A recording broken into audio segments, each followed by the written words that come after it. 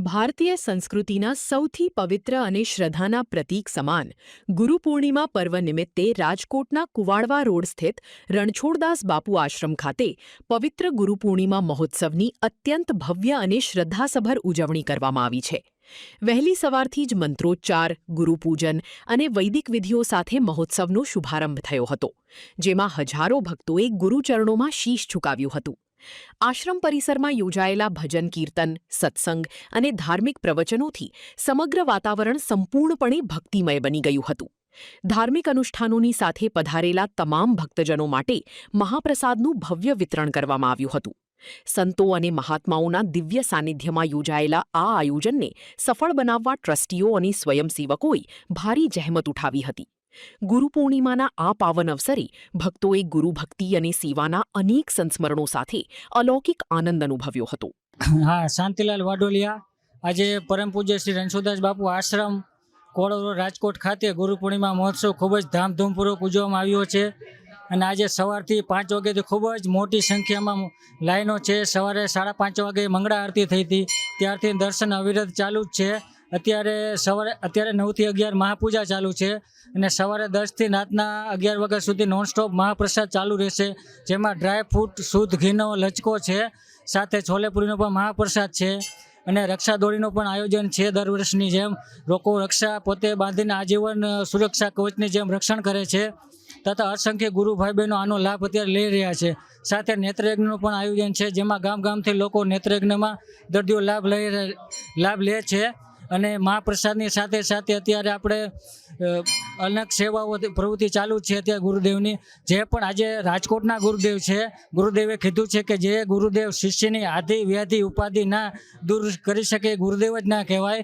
એટલે ગુરુદેવ એ કહેવાય કે જે શિષ્યની તમામ પ્રકારની આપત્તિ આધિ વ્યાધિ દૂર કરે. એટલે રાજકોટના લોકોને પણ સમગ્ર ભારત દેશ કે ગુજરાતના જે ગુરુદેવ માને છે, એમને કાંઈ પણ મૂંઝવતા પ્રશ્નો હોય એ આજે ગુરુદેવ પાસે આવે તો એમને તમામ પ્રકારના રસ્તો અને પ્રેરણા મળે છે. અંદાજે 50,000થી વધારે લોકો દર્શનનો લાભ લેશે, તથા 30,000 થી 40,000 લોકો મહાપ્રસાદનો લાભ લેશે અને 35,000 થી 40,000 લોકો રક્ષા દોરીનો પણ લાભ લેશે. બધા લોકો માટે લાઇનબંધ રીતે દર્શન છે. મહાપ્રસાદની પણ સુંદર વ્યવસ્થા કરવામાં આવી છે.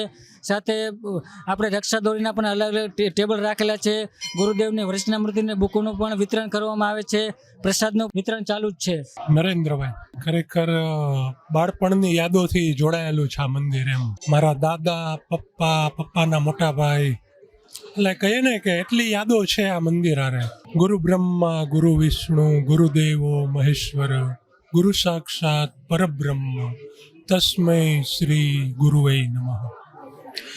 ખરેખર મને હજી યાદ આવે છે કે ગુરુદેવ કહેતા કે ઈંટ પર ઈંટ નહીં, રોટી પે રોટી રખો. આ આપણા જે આ ગુરુદેવનું છે ને, આ એક મંત્ર હતો. એમ કેટલા બાળકોને, કેટલા લોકોને એમના ખુદ હાથે જમાડતા મેં જોયા છે અને એમના હાથે હું જમેલો છું. એમ એટલે અવર્ણનીય છે એમ આ અનુભવ અહીં માટેનો. અને ખરેખર એમના આશીર્વાદથી આજે જે પાછો લાભ મળ્યો, ધન્ય થઈ ગયા. વ્યવસ્થા એકદમ સારી છે. કોઈ જાતનું, આટલા લોકો આવે છે, કોઈ જાતનું કોઈ કોલાહલ કે મતલબ અવ્યવસ્થા જેવું નથી. આરામથી બધાના દર્શનની વ્યવસ્થા છે, બધાના બૂટ ચપ્પલની વ્યવસ્થા છે અને બોર્ડ મેં જોયું એટલે પ્રસાદની પણ વ્યવસ્થા છે. એટલે આમ જુઓ તમે, એકદમ શાંતિથી બધા પોતાની રીતે દર્શન કરીને નીકળી શકે એવું છે. મારું નામ છે કવિતા મંડેલી. ગુરુ પૂર્ણિમાના પાવન દિવસે હું એટલું જ કહેવા માંગીશ કે તમે બધા જરૂર ને જરૂર ખાલી આખા દિવસમાં તમે ખાલી એક વખત દર્શન કરવા માટે આવો.